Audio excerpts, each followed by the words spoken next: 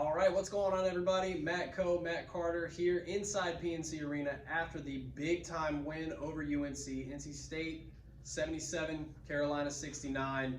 It's the game that matters the most to the fans, and they got the job done. They're playing some great basketball right now. It wasn't the prettiest outing in the first half, but nonetheless, this place was rocking. What are your initial thoughts?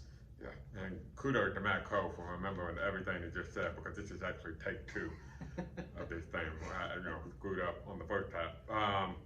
But I'm gonna try to repeat what I said, which is it was kind of a back and forth game, and I've seen this song and dance with NC State, North Carolina a lot. And when Pete Nance and RJ Davis made back-to-back three-pointers and UNC went up 54-48, I thought that this was going to be another one of those games where North Carolina, for whatever reason, showed up and brought the A effort. And then NC State responded. It was 60-60, and the script flipped. It was North Carolina that folded under the pressure. I get it. They're fighting for their tournament lives. And it was NC State that rose to the occasion. And as I said previous recording, they just had the confidence, and that confidence was two words: Jarkel Joyner. Yep, Jarkel Joyner had a game-high 29 points, committed 0 turnovers. The 9th time this season he's done that. State is 7-2 in those games. The team as a whole only had 3. It's the second lowest since the Notre Dame game. Could have easily tied that had it not been for Ernest Ross, the embarrassing missed dunk. I'm sure he's kicking himself for that one. But I think Jarkel Joyner had one of those games that if you're an NC State fan, especially a young one, you're going to remember this moment for a long time. That little stretch of 30-second run where it was literally just Jarkel Joyner versus everybody. That was amazing. That was a special, like, I'm getting goosebumps now just talking about it. That alley-oop from Terquavion Smith, I tweeted about this just now, and I'd love to hear what you fans think.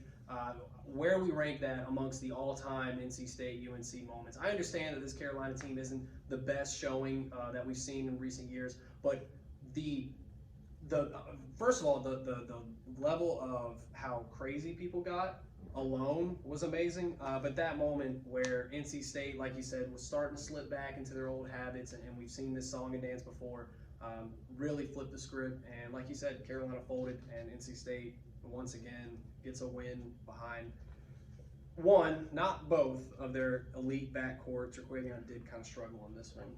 Yeah, you mentioned 3 turnovers. Actually, they have 1 turnover. Ernest Ross tried to dunk it late in the game. He missed the dunk, and then he tried to tap it in while holding on to the rim, which is a no-no. And actually, the last turnover was actually a jump ball, I think, on an inbound pass.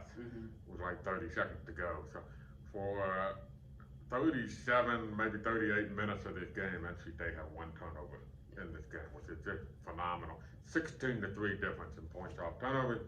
That was really the difference of the game, because Carolina crushed NC State on the boards, 48-34.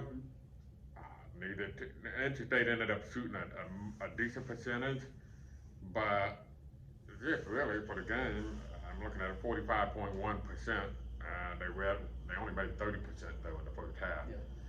Carolina shot like the Carolina team has shot. So, where did that dunk rank in that play? You have to remember, we won't go over the numbers. It's been a lopsided for the last 40 plus games. I mean, that's call it for what it is. So you just hadn't had a lot of those moments, period, in this rivalry. I can still don't remember when Joyner hit the 3 and pull up and put NC State up 67-60, that was an incredible stretch of basketball, and the roof blew off. The only time I remember it being that loud was when Mark Gottfried was the coach. College game day was in Raleigh for NC State, North Carolina. They broke out the red versus blue uniforms. NC State was in the red, Carolina was in the blue. And NC State came out, and it was like a heavyweight fight. They came out throwing the haymakers. It was like the Mike Tyson haymakers early, and there was a point where they got like a dunk and then a fast break layup, and the lead was getting to 20, and it was a big run, and Roy Williams was not calling timeouts, but that's just what he doesn't do. And then finally TJ Warren steals it and gets an uncontested dunk on the other end, and that was like the 8th straight dunk or layup, and it was at that point it was like a 24-2 run. and Roy Williams finally threw in the towel and called a timeout. And at that point, you couldn't hear yourself because that was like 8 years of pent up frustration. Yeah. That was the only moment that compared, I think, in recent history. Right. The old timers, I say that with all due respect, can probably remember those moments from the 70s and 80s. Yeah. Well, I mean, it just goes to show how important Jarkel is. I mean, he has been, in my opinion, out of all the transfers that made it to a different team, I don't know one that has really impacted a team quite like Jarkel. And maybe there is, and I'm probably just leaving off a few, but he's got to be in consideration. If there was a transfer portal player of the year, he'd be right up there. Yeah. So he had a great game. DJ Burns, I thought, was really dominant down low. I mean, really made a fool out of Pete Nance. Just not really a matchup for him. Baycott kind of came back down to life a little bit. 6 of 14. Did have 16 points, did have 14 rebounds, so he's still going to get those boards like he always does. He's elite. I mean, Yeah. just because he played for UNC, it doesn't mean you can't acknowledge eliteness. He's an elite rebounder. He was really solid. Outside of that, really, I thought Caleb Love played fine. I don't think he did anything amazing. Just a quiet 23. Did get a little chippy there from him. I'm sure the fans gave him all he could handle. But one guy I do want to highlight that is probably not going to get a whole lot of love in this game because he didn't shoot the ball all that well. Jack Clark, I think, was a big factor of why NC State was up at the half. If you go back to that first half, you can make an argument for both teams. Like, we're right where we want to be. Both teams struggled, but both teams did some things well. And I think Jack Clark, in the first half, he had, let me see here, he had 6 rebounds. I mean, and only 3 points. He had 6 rebounds, 2 assists, excuse me. I just think that he impacted the game so much more than just scoring the ball, and that's something that NC State missed in that first game. And I'm sure they were kicking themselves because that's one that, I mean, quite frankly, they probably should have won at Chapel Hill. So I'm sure they've had this game circled for a long time. I know Keats likes to play it off as this is just another game, but no, this one meant a lot, and they stepped up. Jack Clark hit the 3 to put NC State up right after when Carolina went up 54-48. NC State was firing with a 7-0 run. It started with a couple of Jarkel joining plays, and then Jack Clark hit the 3. I want to give Keats credit. He made some good calls. I know a lot of people don't think Kevin Keats calls plays or whatever, but there was one play in particular that stood out where he cleared out the left side of the court for Jarkel Joyner to drive down the right side, and Joyner ended up with the and 1 on a blow by from R.J. Davis. But yeah, I agree that Jack Clark is still not quite where Kevin Keats wants him to be in terms of conditioning and movement. But he ended up playing 25 minutes in this game, and one quiet thing to kind of close up I thought NC State did a good job playing with fouls in this game, because there was a stretch where Barnes had 3, Clark had 3 early in the second half. They both finished the game with 3. I'm reading. Well, Barnes got a 4th foul very late in the game, very last couple minutes of the game. And they did a nice job playing with fouls, and that was the 2 differences between Chapel Hill and Raleigh. Within Chapel Hill, North Carolina, to their credit, took care of the basketball. Had 6 or 7 turnovers in that game. This game, NC State turned them over, and obviously NC State, we can talk about it ad nauseum, but the fouls were called on one end of the court, and that NC State did not do a good job playing defense without fouls in that game. In this game, it was better in that regard. Caleb Love, by the way, did get a costly technical foul because they had just gotten the lead in the second half when he got teed up. I think it was arguing that he was fouled on a 3-point shot. It was okay. So it was Terquavion Smith that was guarding him. I didn't really see a whole lot of contact. I can't remember who tweeted out the video, but I had commented on it because you see R.J. Davis attempting that 3, and then does the throws his head back. Caleb Love throws his head back, and Terquavion is, nowhere near his head. So I'm sure he got the technical for not only flopping but also yelling at the ref after that. So early in the game, probably couldn't see on TV, he got a foul call where he argued that he guarded straight up. And when the ref told him no, he said that's blanky blank about 3 or 4 times to the referee. That was the same official who would later tee him up. And I think the official didn't necessarily verbally give him a warning, but he gave him the look of, that's enough. Yeah. Yeah. And so that's what happened there. Well, Carolina losing does a lot to hurt their NCAA tournament chances. A team that is on the right side of the bubble, really not even on the bubble in my opinion.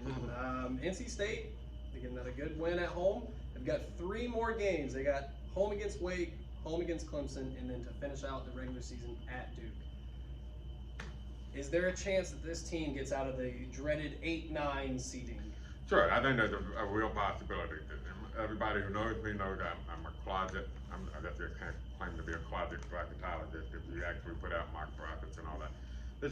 Here's the secret. All due respect to the Joe Lunardi's and Jay Palms of the world, they're great at what they do. It's not hard business, folks. If you just follow it consistently, it's not that hard to do. You have to really mess up a bracket to get more than 2 or 3 wrong in a bracket. Yeah. Win out, it's going to get you another quad 1 win. You avenge your loss to Clemson, and at that point you beat everybody not named Pitt and Virginia, who you only got once in the ACC of note. And yeah, you could rise up. There is a ceiling, I believe, to how high this NC State team can go in the season, and that's important to know. Unless the dream scenario of it, we're here in 3 weeks and we're talking about how NC State has not lost since the controversial game against Syracuse, right. And they're coming home with hardware in Greensboro. That changes everything, but as of right now, it's kind of hard to see outside that kind of scenario. They go too far above. But I felt like this was an important game for NC State because the resume is nice. Yeah. But unlike some resumes, it's kind of built on a stack of cards being held up by paper. Because all it takes is Duke and Miami and Virginia Tech or Wake to stumble down the stretch. Yeah. And all of a sudden, a lot of your quad 1 wins go washing away. Yeah. And that was where, so that's why these games are important, so that you can pile up their quad 2s and get a nice quad 1/quad 2 record. Unfortunately, I don't know what Clemson did in Boston College, Louisville. I don't know. Yeah. But they dropped down to a quad 3 home game now, which costs you an opportunity to add to your Q1, Q2 game. It's amazing. They were in first place, I think, 3 weeks ago, and now they're sitting here losing to Louisville, who might be one of the worst ACC teams we've ever seen. Of all time. So, look, they avoid the bad losses. They get rid of that argument. You don't really have a whole lot of sex appeal to your resume. It's not a flashy resume, but you do have some good wins. There is a window for this team to get into that, I would probably say 6 seed. I think that's probably the highest that this team could probably get to. Maybe a 5, depending on if you can make the ACC championship, depending on who you play. But I think, in my opinion, I would see this team at most being a 6 seed, and they still have some steps to climb to get to that point.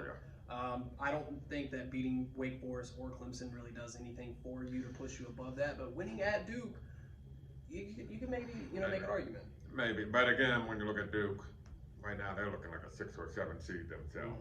Yeah. And really the only win you have over a team that may be a top 16 seed, and they're not right now, is Miami. Right now the NCAA came out with that top 16 seed, and only Virginia was on it. Well, I do think though, not to get too winded in this, but if you beat Wake Forest and Clemson, at that point it becomes almost mute. Yeah. You're not talking about bubble anymore, and although bubble watchers will probably have NC State in as a lock, and that's kind of, you're probably about 2 wins away from saying NC State is safely going to be in the NCAA tournament. Yep. Well, I'll tell you what, they are on a hot streak right now, playing some good basketball. Let me get their record pulled up here. So they're 21-7, 11-6 in the ACC. They look poised to make a nice run in the ACC tournament, hopefully, fingers crossed. But that'll do it all for here. NC State gets the big win against their arch rivals, and that's going to do it here for the Wolfpacker. Matt Coe, Matt Carter, be sure to follow the Wolfpacker on Twitter. Go watch the videos on YouTube. Leave a like, leave a comment. We want to hear what you guys got to say. That way we can give you exactly what you want. And as always, go Pack.